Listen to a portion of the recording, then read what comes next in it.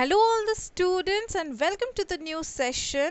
Today I'm going to teach you a very basic topic in English grammar which is sentence. Many of you will think कि miss sentence क्यों पढ़ा रही हैं. Sentence is a very basic topic. I know it is a very basic topic for all of you because आप इसको 4th से पढ़ते आ रहे हो. But द थिंग इज़ कि बहुत से ऐसे स्टूडेंट्स हैं आप में से भी जिनको इसके काइंड्स क्लियर नहीं हैं, जिनको इनके काइंड्स के बीच में डिफरेंस मालूम नहीं है या जो इसको अच्छे से समझ नहीं पाए हैं. एंड ये भले बेसिक है but it is the very main topic in English grammar because without that, without sentence कोई भी चीज़ एग्जिस्ट ही नहीं करती है. तो चलिए देखते हैं क्या है सेंटेंस. वाक्य कहते किसको है. तो आप लोग तो जानते ही होंगे, a group of word that express a complete idea और कंप्लीट सेंस, उसको हम कहते हैं सेंटेंस. अब देखो, मतलब तो हम समझ गए कि हाँ, शब्दों के समूह से मिलकर के वाक्य बनता है, लेकिन केवल 4-5 शब्द को मिला देने से वाक्य नहीं बनता. उन 4-5 शब्द का ऐसे मेल होना चाहिए, उनको इस तरीके से ग्रुपिंग करनी चाहिए ताकि उसका एक कंप्लीट सेंस निकले, उसका कोई मतलब भी निकले. अगर हम 5-6 वर्ड ले लेते हैं, for example playing, Ram, is. Okay, तो यहाँ पे हमने ये 3 वर्ड लिया, हमको इसको अरेंज करके क्या बनाना है, सेंटेंस बनाना है. तो अगर हम ऐसे लिखें, इज प्लेइंग राम, क्या ये सही है? नहीं, इट्स अ रॉन्ग सेंटेंस क्योंकि इसका कोई मतलब नहीं है. बट अगर हम ऐसे लिखें, राम इज प्लेइंग, तो it makes a complete sense. इसका सेंस तो निकल रहा है ना कि राम खेल रहा है.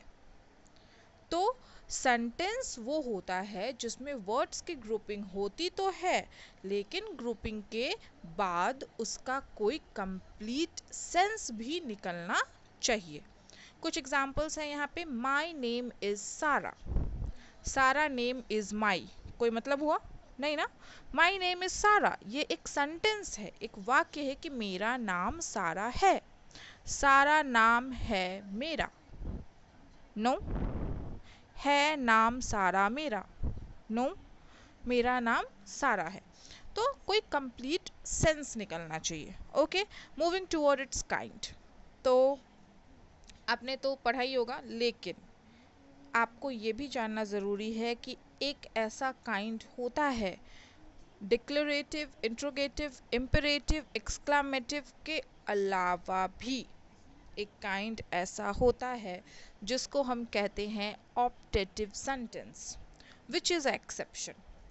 ये एक एक्सेप्शन ज़रूर है, लेकिन ये भी सेंटेंस का एक काइंड ही है जिसको हम सबसे लास्ट में डील करेंगे.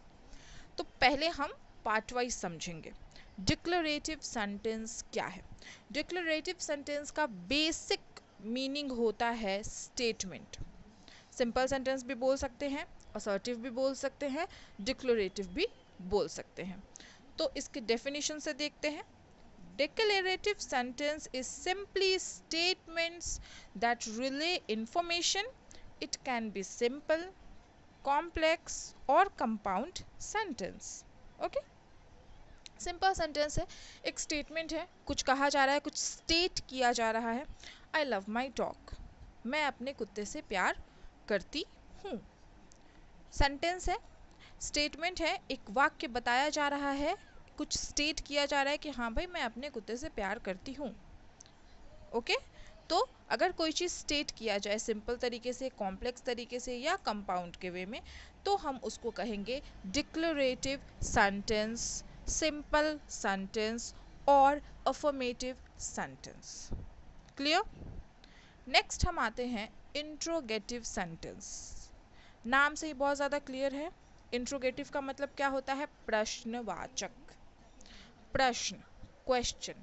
अब क्वेश्चन भी 2 टाइप्स के होते हैं, आपको पता होना चाहिए.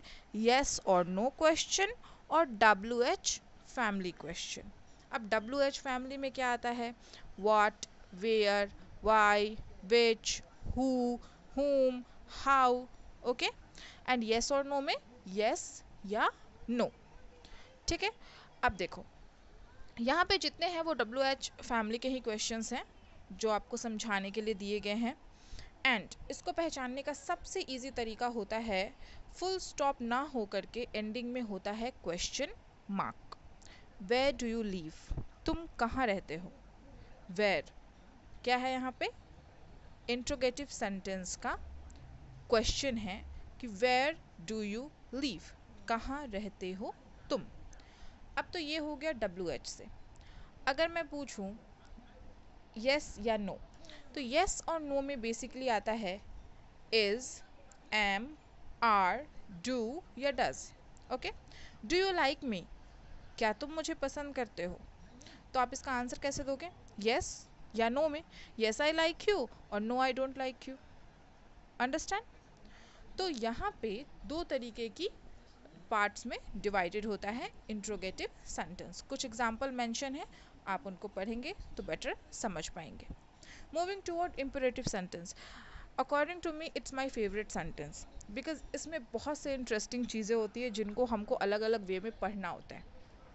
क्या क्या चीज़ें होती है, तो बेसिकली जो है इसमें हम कमांड, रिक्वेस्ट, सजेशन या एडवाइस और order, this is the four basic thing which is command, order, request या request और suggestion या advice। ओके, चलो तो अब हम इसको समझ लेते हैं जल्दी से कि ये है क्या। उससे पहले देखते हैं कि इसके डेफिनेशन में क्या लिखा है। imperative sentence are the sentences that include command, जो मैंने अभी आप लोगों को बताया। imperative sentence को रिक्वेस्ट के लिए, इंस्ट्रक्शन के लिए, ऑर्डर के लिए, एडवाइस के लिए या कमांड के लिए यूज़ करते हैं। ओके, तो अब मैं आपको कुछ एग्जांपल्स बताऊंगी ईच एंड एवरी के, देन आप समझ पाओगे। Don't be afraid, we are here, यहाँ पे बताया जा रहा है डरो मत, हम यहीं हैं। शो मी सम रिस्पेक्ट सन, वो बोला जा रहा है, कमांड दिया जा रहा है, ऑर्डर नहीं है, कमांड है, कुछ रिस्पेक्ट दिखाओ बेटे। स्टॉप द कार इमीडिएटली, यहाँ पे ऑर्डर दिया जा रहा है, तुरंत गाड़ी रोको। Drive your car carefully if the wild wind blows, advice या सजेशन है कि तुम्हें अपना कार जो है वो स्लोली चलाना चाहिए। ओके, तो इसको अगर मैं अलग एग्जांपल से समझाऊं तो चलो अपने जैसे मैंने बताया था पहले भी वैसे बताती हूँ। अगर हम बात कर रहे हैं ऑर्डर की, okay, shut the door, command, go and shut the door. Order, can you please shut the door. Request, you should shut the door. Advice और सजेशन, जाओ जाके दरवाज़ा बंद कर दो। ऑर्डर है, तुम्हें दरवाज़ा बंद करना चाहिए। सजेशन है, अब वो डिपेंड करता है हम पे, हम दरवाज़ा बंद करेंगे कि नहीं करेंगे, हमें सजेस्ट किया गया है।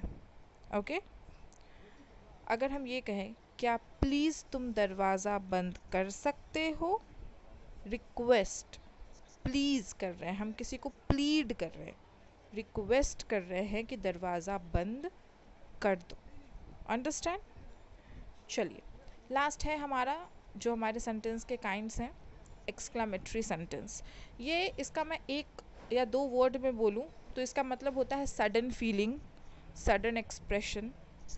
क्या होता है ना कि जब हम किसी भी चीज़ को देख करके हमारा जो इमोशन है वो सडनली आता है। ओके, सरप्राइज्ड हो, किसी चीज़ को लेके अफ्रेड हो, किसी चीज़ को लेके खुश हो, किसी चीज़ को देख के दुख हो, कुछ भी हो, सडन आए वो फीलिंग, हमने उसके बारे में प्लानिंग करके नहीं रखी है। Okay, for example how beautiful this city is, कितना सुंदर शहर है ये, तो it always and with the exclamation mark. Okay, तो यहाँ पे क्या है कि आपको सडन फीलिंग एक्सप्रेस करनी है। आपने किसी सिटी को देखा, आपको बहुत सुंदर लगा, बोलो wow such a beautiful city, wow कितना सुंदर है, ओहो कितना गंदा है, यक ये कैसा है ना। तो कुछ ऐसी चीज़ें जो कि आप सडनली देखो, सरप्राइज्ड हो जाओ, शॉक्ड हो जाओ, अफ्रेड हो जाओ, सैड हो जाओ या हैप्पी हो जाओ. These are the basic thing. Okay.